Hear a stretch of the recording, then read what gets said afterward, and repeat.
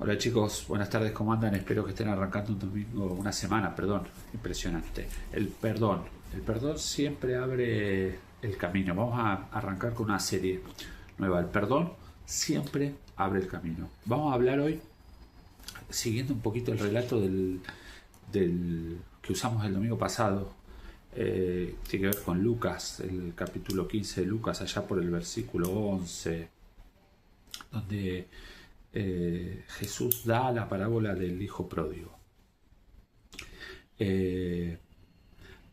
Yo quiero hoy llevarlos a otro nivel y que pensemos por un momento en el silencio del nido vacío, en el silencio de la casa vacía.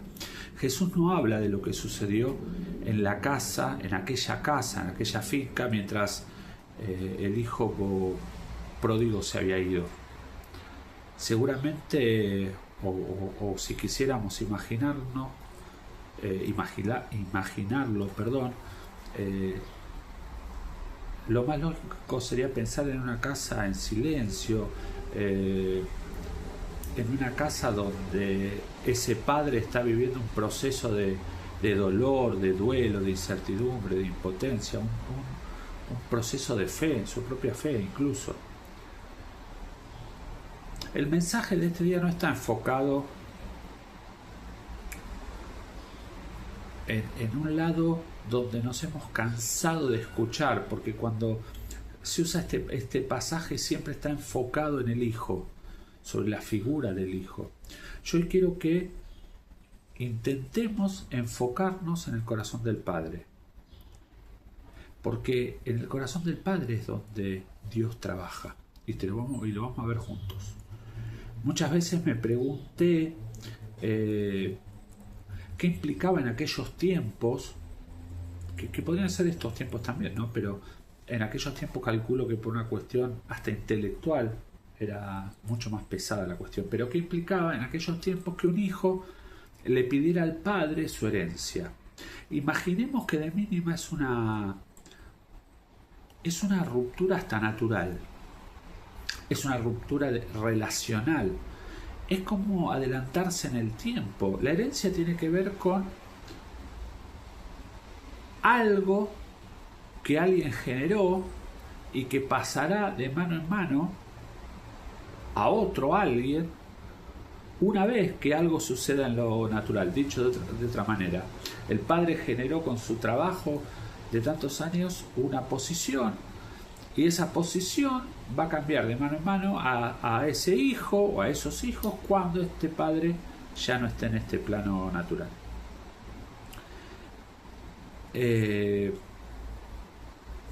La pregunta es que ¿cómo interpretó aquel padre esto que ese hijo le pedía cuando le reclamó la parte de su trato? Si el padre era así medio un actorazo de esos dramaturgos, capaz que te está pensando o prefiriendo que yo esté muerto. Claro que esto es un juego interpretativo para este momento el que estoy haciendo, porque no fue lo que pasó. Sin embargo, lo que sí sucedió es que aquel padre recibió una decisión tomada por aquel hijo, y quizás, probablemente, cuando escuchó de su propio hijo reclamarle la herencia, quizás pudo haber experimentado una traición. En medio de esa circunstancia, aquel padre sabe algo que aquel hijo no sabía. Jesús muestra que el padre, al dejar ir a su hijo, lo hace conociendo lo que iba a suceder, que es una vida disoluta, una vida tiempo perdido, decisiones gastadas, mal gastadas. Entonces aquí se nos plantea un conflicto teológico, y tiene que ver con que el amor permite libertad, aunque duela, porque proteger sin libertad no es amor, es control. La prueba más profunda del amor no es abrazar, controlar, sino tiene que ver con permitir la distancia. Dios lo hace con cada uno de nosotros. ¿Pensaste en algún momento en la bronca, la ira, el dolor que habría sentido aquel padre? En el Antiguo Testamento, cuando se habla de ira, se lo vincula a una herida producida desde el amor. Entonces podríamos entender que aquel padre experimentó enojo por aquella decisión, frustración por la rebeldía de ese hijo, impotencia después que el hijo se fue por la ausencia, tristeza porque seguramente aquel padre pensó en la pérdida, no en la pérdida material, en la pérdida del hijo. Hay una clave, quizás podríamos decir que es una clave teológica. La ira nunca destruye la relación.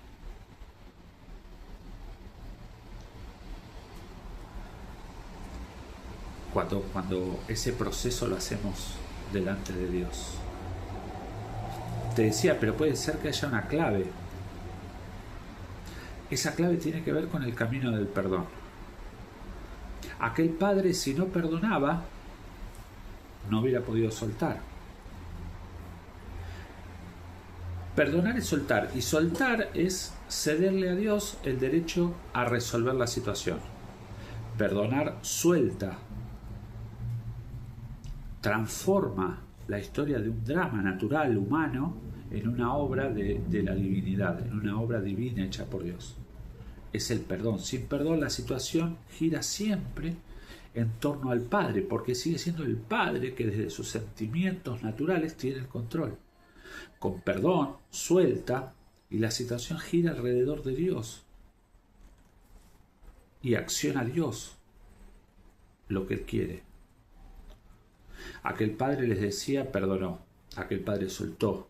Aquel padre seguramente vivió esperando. No vivió victimizándose, sino que puso su fe en acción. Es en la ausencia donde aquel hijo puede experimentar a Dios, porque el Padre perdonó y porque el Padre soltó. Soltar nunca es abandonar. Soltar es amar con madurez. Aquel hijo se fue lejos de su casa. Jamás se fue lejos del corazón del Padre. Todo lo relatado sucedió en una distancia en donde de manera literal el padre no tenía el control. Toda la vida y todas las decisiones y todas las acciones que aquel hijo quiso realizar estuvieron siempre en una distancia al alcance absoluto y al control absoluto de Dios. El padre perdonó, Dios actuó. Aquel hijo, y para hacerla corta, aquel hijo un día regresó. Y ese padre no corrió a encontrarse con su hijo para juzgarlo, corrió a restaurarlo. Es el proceso del perdón. Sin el proceso del perdón, aquel encuentro hubiera sido una discusión, porque le hubiera salido la naturaleza del padre y todo su bronca, todo lo acumulado, todos esos malos sentimientos acumulados, y hubieran salido un montón de pensamientos y situaciones acumuladas por el hijo. El tema es que el perdón ya estaba operando en el corazón del padre. El perdón empezó a actuar en el corazón del padre ni bien aquel hijo se fue, con lo cual el perdón ya estaba actuando mucho antes del reencuentro. Aquel hijo, decíamos, regresó, y cuando se encontró con el padre le dijo: papá, no soy digno. Aquel padre lo miró, lo besó, lo abrazó y levantó su voz. Y a todos los que estaban alrededor les dijo: este es mi hijo. El perdón siempre cambia la ecuación. Aquel hijo cuando llegó le expresó: yo no soy digno. Y el padre dijo: este es mi hijo. Le volvió a dar identidad. Aquel hijo, con todas esas malas decisiones, perdió hasta su propia identidad. Aquel padre, perdonándolo, le vuelve a dar su identidad. Porque el perdón lo que hace siempre es abrir una puerta. El perdón siempre prende una luz allá en el fondo del camino. Muchas veces la fe se demuestra en la espera más que en la acción. El Padre pudo accionar así, lo decíamos, porque había perdonado. Y claro, el perdón, de lo primero que te libera es del deseo de controlar. Aquel Padre entregó a Dios su dolor, perdonó, soltó y esperó. Lo que sucedió es que cuando aquel hijo volvió a una casa, sin saberlo él, pero una casa que había sido sanada. Perdonar es soltar, y soltar es moverse en derredor de Dios. Es hacer lo que Dios haría. Perdonar es posicionarse en un punto en donde dejas de actuar vos y el que actúa es Dios, te digo.